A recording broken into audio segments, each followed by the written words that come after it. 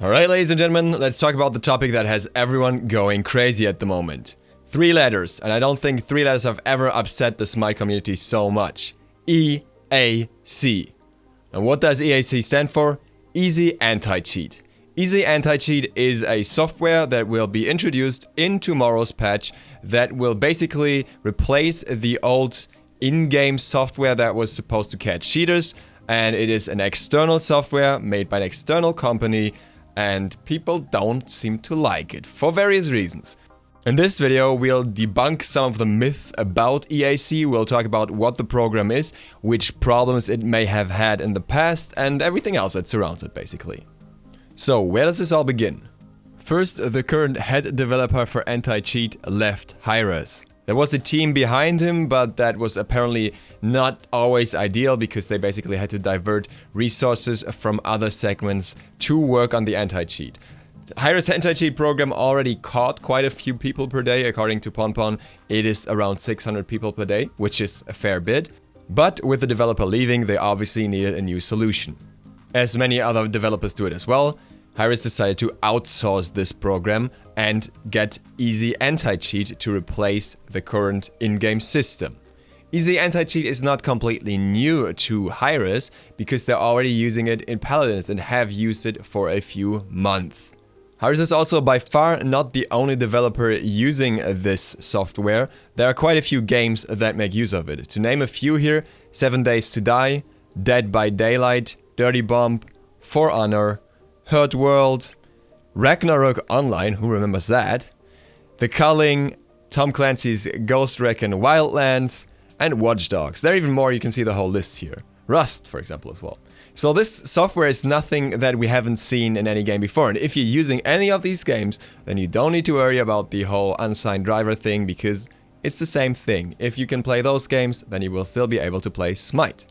This is the point in the video where things get a little more complex, and I will say in advance that I'm not an expert on this topic by any means. I read up on this information through various threads I will link in the end, and I will try to stay as neutral as possible. Obviously some of the information comes from HiRez themselves here, but I also try to get in some external resources so we have a more complete picture than just the company saying what they think. I'm fairly certain that all the information I provide you with here is correct. If there's any slight details that are wrong, I apologize in advance. Let's get into drivers. So drivers are basically parts of your computer or software parts that are very integral to the system that most anti-cheat software can't access, and because of that, the anti-cheat software restricts them. Drivers is basically what gets your PC going, what gets your parts of your computer individually going.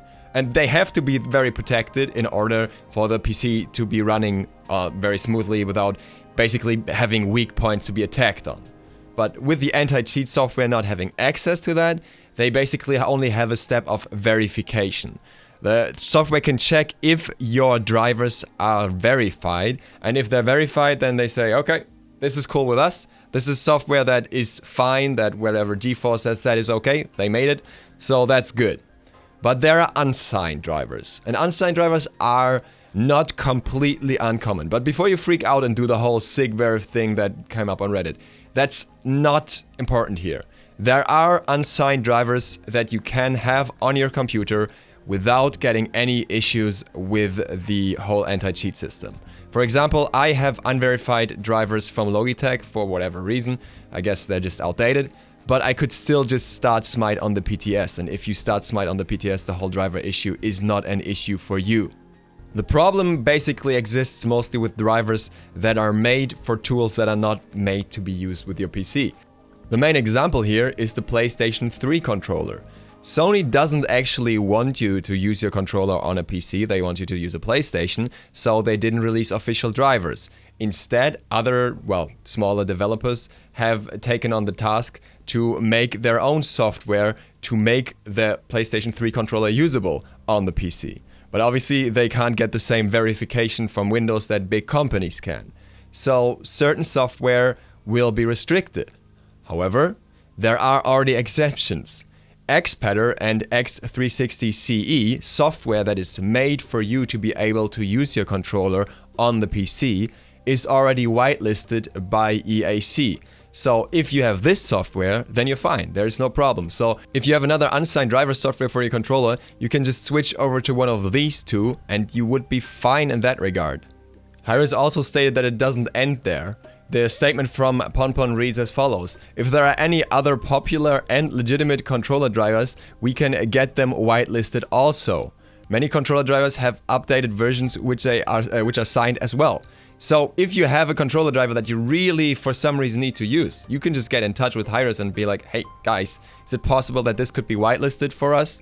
And it would probably happen because they don't really want to lose you from the game just because you want to use a specific controller with a specific driver. The only reason this whole driver restriction exists once again is because the anti-cheat doesn't have access to them, so they can't check and you could basically hack through the drivers. Also, don't worry about being banned for having unsigned drivers. That's not what happens. If you have unsigned drivers that actually restrict you from playing the game, then all that will happen is that the EAC will tell you that you can't start the game because you have unsigned drivers, and you can't start the game until you uninstall those. So you're most likely very much fine. And if you want to try out today if you would get blocked from getting into the game, you can just install Paladins and try that. And if you can start the game, then you're already all set. Even if you happen to have a pirated version of Windows, it actually doesn't do anything. The anti-cheat does not care about your Windows version being legitimate. Just throwing that out there. The next concern is that many people think the software takes screenshots. This is true, but it's not true for SMITE. The screenshots are only taken in CSGO tourneys, so because this software is also used for CSGO, which actually speaks for it to some extent at least, that cannot happen, and even there can only happen during the game. But it's been stated that specifically for SMITE this is not used, there's no permission to use that or anything. Likewise, there is no keylogging in SMITE.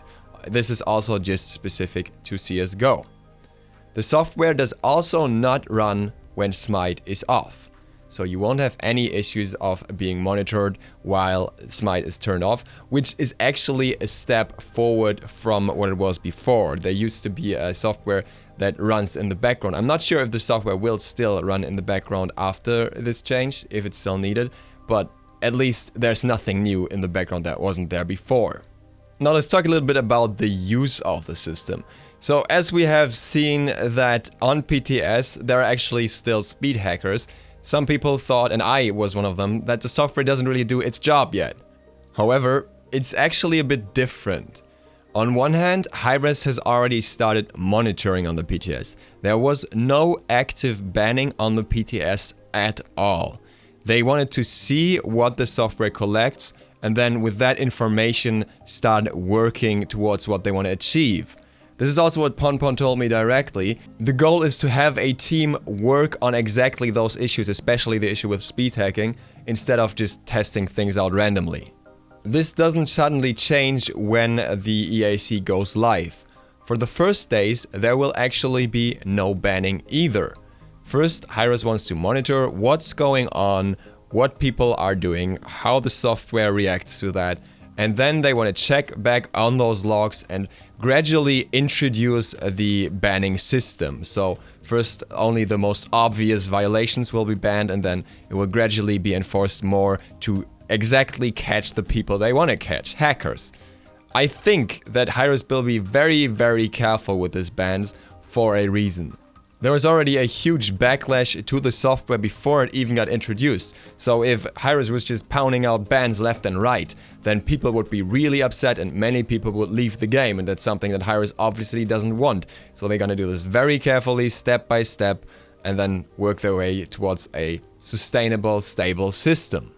There's also the rumor that EAC doesn't check back on the bans. However, HiRez have stated that as they already use the system in Paladins, they could check how it goes there, and they have had wrong bans in the past, and those have been reversed, so they were just checking back on those manually, so it does happen indeed, at least as long as we can believe HiRez here. There are some other things to this, some sides to this that should be paid attention to as well, though, that are not as nice and glorious as this all seems. For example, For Honor uses the same system, and the most upvoted thread on their Reddit is banned without even playing. and more. Raise awareness! Exclamation mark. So somebody got banned by EAC without even playing the game. There are issues with it. This is from a few days back, so it's not outdated by any means. And clearly this is a problem. The person that was banned has been unbanned by now. This was manually checked back on. But still, it shows that the software isn't perfect. In For Honor, there were also various error messages during the beta that did not allow people to enter the game. Just some random error message by EAC. And that's something that's very frustrating as well. And I imagine we will see some of those in SMITE as well if it goes anything like it did in For Honor, because this is a software that will be tested first. On PTS alone, it doesn't really allow you to test all that much. The upside to this is obviously that it's already in use in HiRez other games, so it kinda works a little bit better for them already, hopefully. Another downside is the use of beta drivers. So for example, Nvidia pushes out beta drivers from time to time, which basically give you new updates, but they aren't always verified to the same extent already, and EAC may block these. And if you want to use these drivers, you may have a problem. You may not be able to start the game, which I think is annoying, but it's not necessarily bound to happen anyway. So just throwing this out there as a potential downside. To sum this all up, the panic was mildly exaggerated. It is good that people are very critical about this whole thing, because it also basically gave HiRez a reminder to be very careful with this software. I think we will most certainly see some wrongfully banned people. That always happens with this kind of software, but that happened before as well. It will blow up a lot more now that it's for a new software, but hey, it's things that happen, you know? But you won't get banned from the game tomorrow just because you used a PS3 controller once. Don't worry about that kind of stuff. Chill, wait what happens, stay critical, and see how things develop. EAC is probably not the best anti-cheat software out there, but it's also not the worst. Given how many games actually use this, and even some big titles like For Honor, is a certain indication that the software is at least appreciated by developers in the scene, not to be completely terrible, because otherwise no one would use it. If people got banned left and right for the wrong reasons, then no one would have a reason to use the software at all. I'm fairly confident that bigger gaming companies out there use better software, but better software is also more expensive, and you have to keep in mind that HiRez is not the biggest company out there when it comes to games, so obviously they have a budget somewhere that they have to keep in mind. With that said, thank you guys for watching. I hope this takes away a bit of the confusion and fear that this topic created everywhere. Hope to see you for the next video tomorrow. If you're not subbed yet, feel free to click that subscribe button and maybe the bell even, and leave a like and all that cool stuff. SLOTH out.